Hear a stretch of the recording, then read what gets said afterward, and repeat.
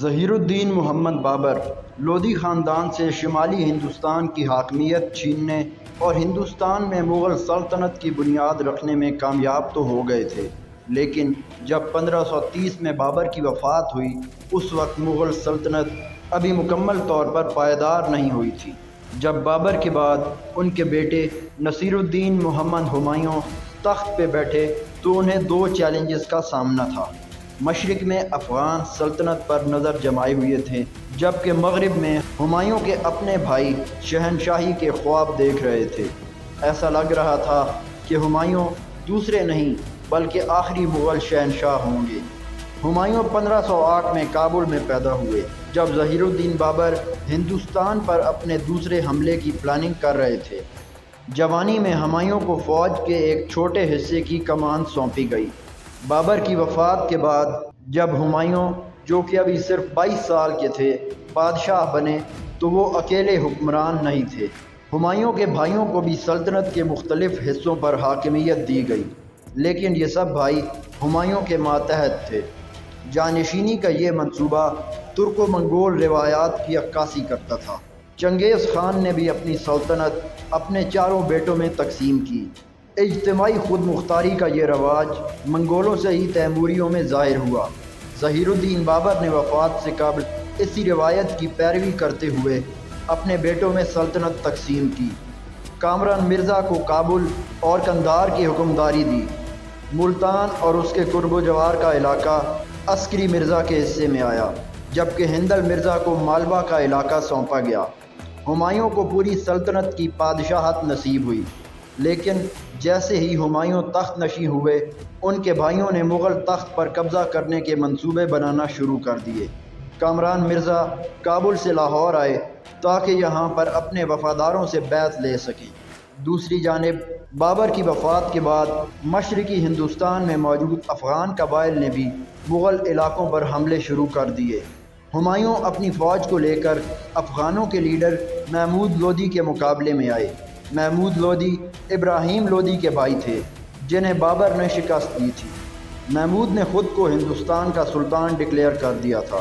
ہمایوں نے لکھنؤ میں لودھی کی فوج کو شکست دی۔ اس وقت انہیں خبر ملی کہ گجرات کا سلطان پرتگالیوں کی مدد سے مغل علاقوں پر حملے کا منصوبہ بنا رہا ہے۔ 1535 میں ہمایوں نے گجرات کے سلطان کو شکست دے کر کئی اہم قلعوں پر قبضہ کر لیا، لیکن پورے گجرات پر قبضہ نہ ہو سکا کیونکہ افغان دوبارہ حملہ آور ہو چکے تھے۔ اس دفعہ افغانوں کی قیادت ایک غیر معمولی قابلیت کے حامل لیڈر شیر خان سوری کر رہے تھے۔ ہمایوں شیر خان اور اس کی فوج کی نسبت قابلیت کے لحاظ سے کم تر تھے۔ ہمایوں شراب اور افیون کے عادی تھے، جبکہ شیر خان ایک منظم جرنیل تھے۔ شیر خان 1486 میں ہریانہ میں پیدا ہوئے۔ اصل نام فرید خان تھا۔ بے انتہا جرأت اور بہادری کی وجہ سے انہیں افغانوں نے شیر خان کا لقب دیا۔ جب بابر نے لودھیوں کو شکست دی تو افغان جنگجو بیکار ہو گئے۔ اب یہ سب شیر خان کے ارد گرد جمع ہونا شروع ہو گئے۔ لودھی خاندان کے کچھ افراد بھی شیر خان کی مالی معاونت کر رہے تھے۔ شیر خان پہلے تو خراج ادا کر کے مغلوں کے لیے اپنی وفاداری کا دم بھرتے رہے، مگر وہ ساتھ ساتھ اپنی طاقت میں بھی اضافہ کرتے رہے۔ 1537 میں شیر خان نے مصلحت کا لبادہ اتار پھینکا اور بنگال پر حملہ کر کے خود کو سلطان ڈکلیئر کر دیا۔ شیر خان سوری اب سے شیر شاہ سوری کہلائے جانے لگے۔ اس وقت تک ہمایوں کو بھی سوری خطرے کا ادراک ہو گیا تھا۔ ہمایوں نے بنگال پر حملہ کر دیا۔ شیر شاہ کی فوج نے گوریلا حملے کر کے مغلوں کو شدید ہراساں کیا۔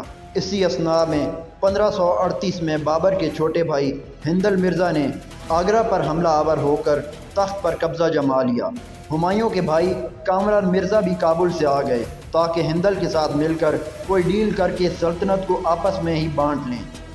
ہمایوں کو جب اس کی خبر ملی تو فوراً واپس روانہ ہوئے، لیکن مونسون کی بارشوں نے ہمایوں کے لیے فوج کو منتقل کرنا دشوار بنا دیا تھا۔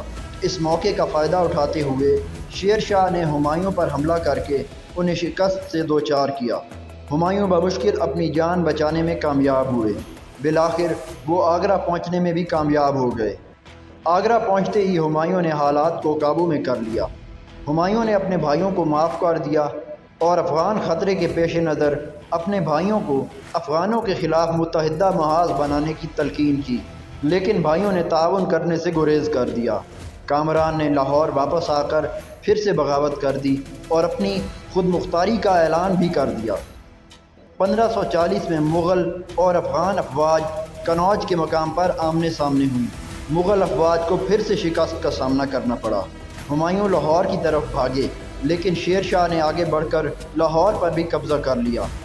ہمایوں اور ان کے بھائی ہندل کے پاس اب حکمرانی کے لیے کوئی علاقہ نہ بچا۔ کامران اور عسکری ابھی بھی افغانستان کے کچھ حصے پر حاکم تھے۔ شمالی ہندوستان اب افغانوں کے قبضے میں تھا۔ شیر شاہ سوری نے اپنی سوری سلطنت کا اجرا کر دیا۔ شیر شاہ جتنے عظیم کمانڈر تھے وہ اتنے ہی عظیم حکمران بھی ثابت ہوئے۔ زمین کی تقسیم کی تنظیمیں نو کی گئی۔ چاندی کا روپیہ کرنسی کے طور پر شیر شاہ سوری نے ہی جاری کیا۔ شیر شاہ وسطی ایشیا کے ساتھ تجارت کی اہمیت سے بھی واقف تھے، سو انہوں نے بنگال سے لے کر افغانستان تک پھیلی ہوئی grand trunk road GT road تعمیر کرائی۔ اس دوران ہمایوں مغربی ہندوستان میں در بدر پھر رہے تھے اور اپنے لیے اتحادی ڈھونڈنے کی جستجو میں لگے ہوئے تھے۔ ہمایوں کو اتحادی تو نہ مل سکا، لیکن ایک خاتون مل گئیں جو کہ ایک مقامی امیر کی بیٹی تھیں۔ ہمایوں نے ان سے نکاح کر لیا۔ کچھ عرصے بعد انہوں نے ہمایوں کے پہلے بیٹے کو جنم دیا، وہی بیٹا جسے آج ہم جلال الدین محمد اکبر کے نام سے جانتے ہیں۔ ہمایوں کو کچھ امیدیں ایران کے صفوی حکمران طہماسپ سے تھیں۔ شاہ طہماسپ اور ہمایوں کے درمیان پہلی ملاقات ہرات میں ہوئی۔ اس کے بعد صفوی دارالحکومت قزوین میں بھی ان دونوں کی ملاقات ہوئی۔ طہماسپ کے والد اسماعیل صفوی نے ہمایوں کے والد بابر کی مدد کی تھی۔ اب طہماسپ نے ہمایوں کی مدد کی حامی بھر لی، لیکن ایک شرط رکھی کہ ہمایوں شیعہ مذہب اختیار کریں۔ ہمایوں نے یہ شرط قبول کر لی۔ طہماسپ کی جانب سے فوجی مدد ملنے کے بعد ہمایوں نے پہلے کابل اور پھر قندھار پر حملہ کر کے قبضہ کر لیا۔ کامران مرزا اور عسکری مرزا بھاگنے میں کامیاب ہو گئے۔ ہمایوں نے کابل سے ہندوستان پر حملے کی منصوبہ سازی شروع کر دی۔ 1545 میں شیر شاہ سوری توپ خانے کا جائزہ لیتے ہوئے حادثاتی طور پر انتقال کر گئے۔ ہمایوں کا راستہ صاف ہو رہا تھا۔ شیر شاہ سوری کے بعد ان کی سوری سلطنت بھی ٹوٹ پھوٹ کا شکار ہو گئی۔ ہمایوں ہندوستان پر حملہ کرنے ہی والے تھے کہ ان کے بھائی کامران مرزا ایک فوج کو تشکیل دے کر ہمایوں کو کابل سے بے دخل کرنے آ گئے۔ 1553 میں ہمایوں نے کامران کو شکست دی اور کامران کو گرفتار کر لیا گیا۔ ہمایوں کو بابر نے بستر مرگ پر تلقین کی کہ اس کے بھائی چاہے جتنی بھی غلیظ حرکتیں کیوں نہ کریں، وہ اپنے بھائیوں کو قتل نہیں کریں گے۔ سو کامران مرزا کو اندھا کرا کے مکہ بھیج دیا گیا۔ اب 1555 میں ہمایوں نے ہندوستان پر باقاعدہ حملہ کیا اور اپنے وفادار جنرل بیرم خان کی مدد سے پورے شمالی ہندوستان پر قبضہ کر کے مغل سلطنت کو بحال کر دیا۔ مغل واپس آ چکے تھے، مگر اس دفعہ بھی قسمت کو کچھ اور ہی منظور تھا۔ اس کے بعد صرف 6 ماہ کے لیے ہمایوں بادشاہ ہندوستان رہ سکے، لیکن اس مختصر عرصے میں ہمایوں نے مغلوں کو ایک نیا فریم ورک مہیا کر دیا۔ ہمایوں نے ہندوستان میں مسلمان خاتون سے شادی کی اور دوسرے ترکو منگول سرداروں کو بھی اس کی ترغیب دی۔ ہمایوں نے بھی زمین کی تقسیم کی تنظیمیں نو کی اور تمام زمینوں کی ملکیت مغل تاج کے زیر اہتمام کر دی۔ اب ساری زمین کے مالک بادشاہ سلامت تھے۔